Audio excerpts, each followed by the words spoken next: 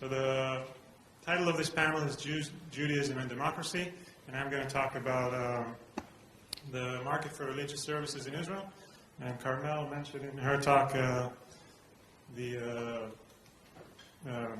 monopolies and what happens when there is a state religion. I'm going to talk a little bit about the monopoly of religion in Israel. And I know everyone who came all the way to Jerusalem believes religion matters, but not everyone in society believes religion matters, and perhaps they should.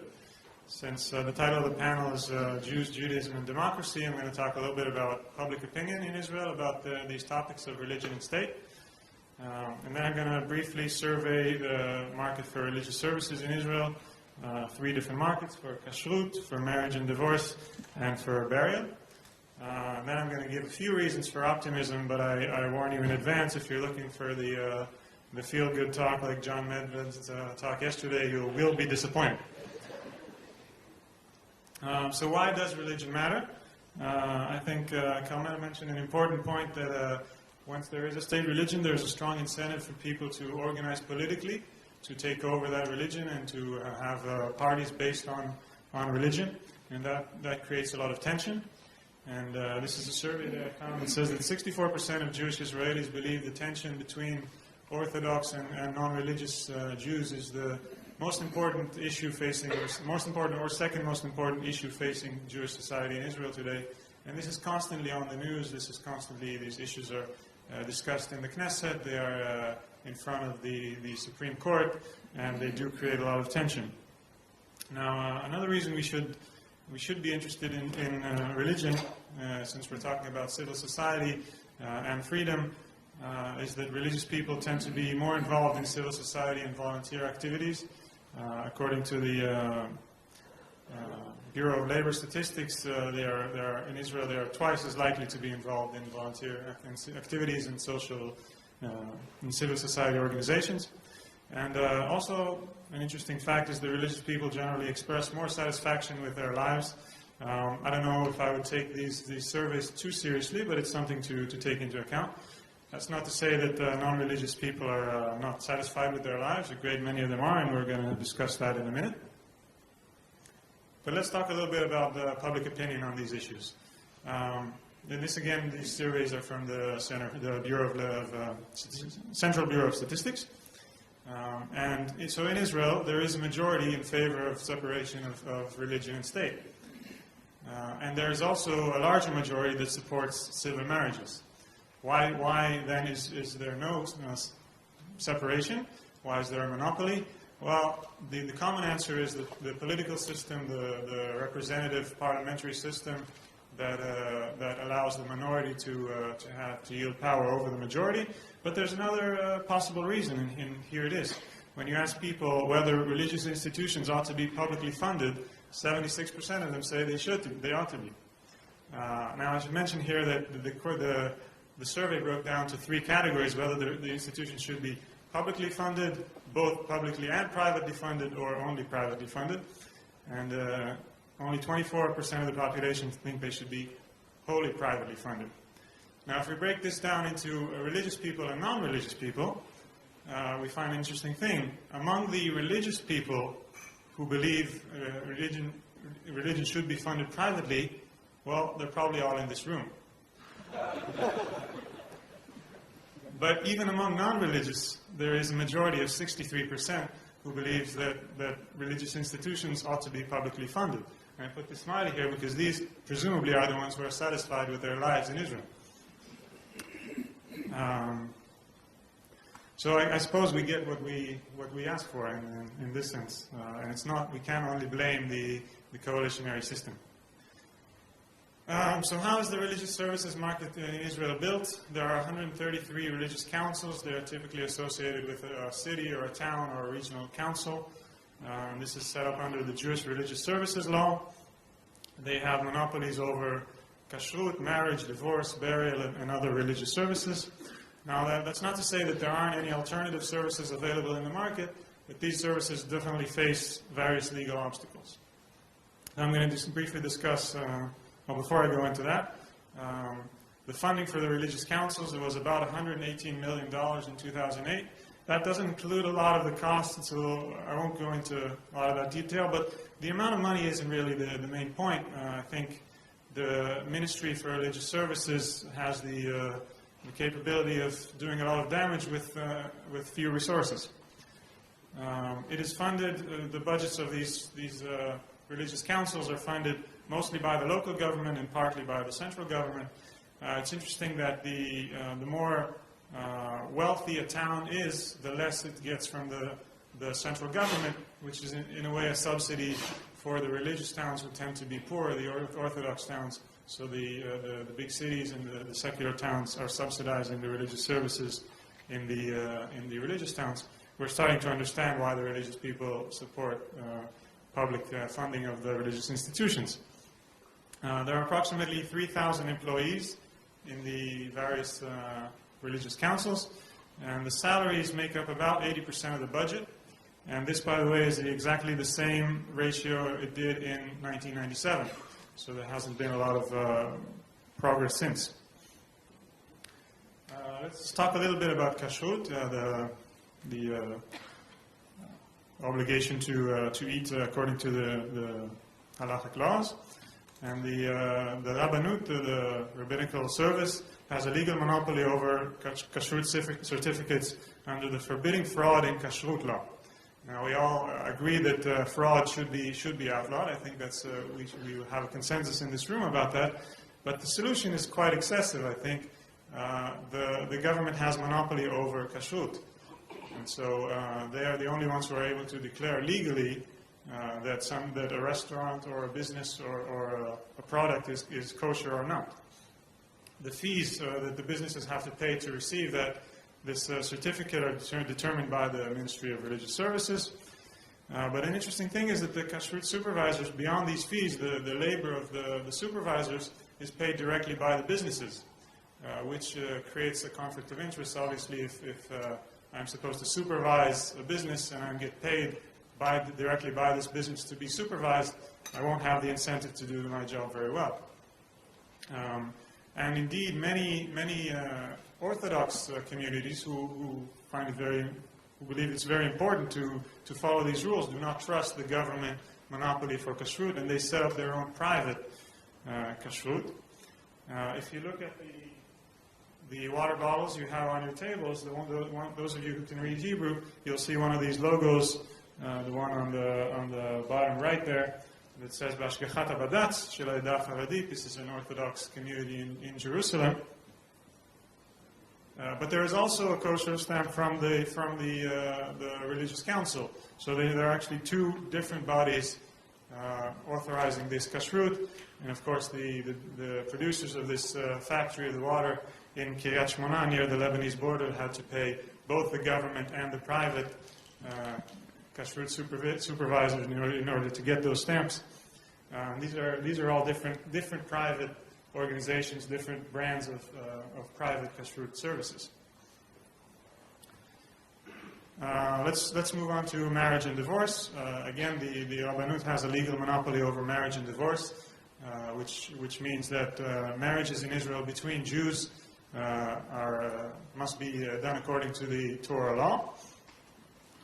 This creates a lot of problems for example, Jews cannot marry non-Jews. There are certain restrictions within Judaism about who can marry whom. There is discrimination of women, especially in the divorce courts, and people have less choice now. And again, the fees for the weddings are determined by the religion ministry. So what choice do young couples have when they want to get married and would not like to get married in an Orthodox wedding? Again, this is only Orthodox when I mean religion or Judaism according to the state of Israel. It is only Orthodox religion. Well, they have a few options. They could go to Las Vegas. The state recognizes marriages registered abroad. And indeed, 1,500 couples travel to Cyprus every year to marry. That's about 4% of the number of Jewish marriages registered in Israel every year, in Cyprus alone. I don't know about other countries. I saw a figure that said 5,000 couples. I don't know if it's a reliable number or not. But even 4% is quite quite a large number. They could also get married if they are interested in an Orthodox wedding, but not exactly according to the standards of the Rabbanut, or they like a rabbi that's more according to their preferences. They could get a rabbi for free from NGOs that provide these kinds of services, and the marriage is licensed by the local religious council. There is the largest NGO is Tzohar, which wedded 2,000 couples last year, which is about 5% of the registered marriages. If you know, you can also get a rabbi privately, with or without pay, and a large number of people who get married do not use the rabbi provided by the local religious council. You can, of course, live out of wedlock or sign a civil contract that doesn't have the same legal status as a religious wedding. So 4,000 couples signed a contract with an NGO called Mishpacha Chadasha, which is equivalent to about 10% of the number of Jewish marriages. So we see that a large number of people do not use this, are not interested in the government monopoly, and find other ways to get married according to their wishes, but they have to spend a lot of money. They often don't get the kind of wedding that they need, and they often don't get the status that they're interested in. Let's move to the burial. There are 700 different burial organizations that operate in Israel. Most of them are local monopolies within the village or the town or the neighborhood. The fees for a burial is paid by Social Security. Unless someone chooses before he dies to be buried in a different town, then he has to pay for the cost of the burial. And in spite of the fact that 12 years ago a law was passed in the Knesset to allow for non-religious burial or civil burial, cemeteries, only 11 such organizations have been established since, out of 700. So it is very difficult to get a non-religious burial here, and costly. And of course, the local religious council has a monopoly over the way the burial is going to take place, and there are all kinds of scandals and issues pertaining to that. For example, there was a story recently about a woman who was not allowed to say a eulogy on her father because the local rabbi decided that women are not allowed to say eulogies during the funeral, and these kinds of issues. Again, these issues are constantly in courts, constantly debated in the press, in newspapers. But not all religious services are constantly debated and are constantly arriving at the courts. And the thing that distinguishes the issues that are not politically contentious is that they're provided privately. So the Supreme Court does not have to deal with bar mitzvahs. And it does not have to deal with Brit Milah. And it, for the most part, doesn't have to deal with synagogues, because those are things provided privately by communities, by individuals, by organizations who are interested in it. And this is a very distinct contrast. And nevertheless, we also see that a large portion of a large majority of the secular population, the non-religious population, is involved in these kinds of religious activities.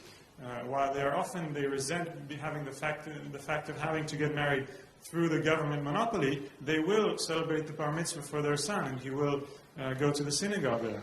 There is no resentment in those areas. And so the private monopoly is not only taking money away from the non-religious, it is also distancing them away from religion. Now, I promised I'll end with a few reasons of hope, reasons for optimism. The religion ministry has been closed in 2004, and this is an interesting experiment in what happens when you close a government program.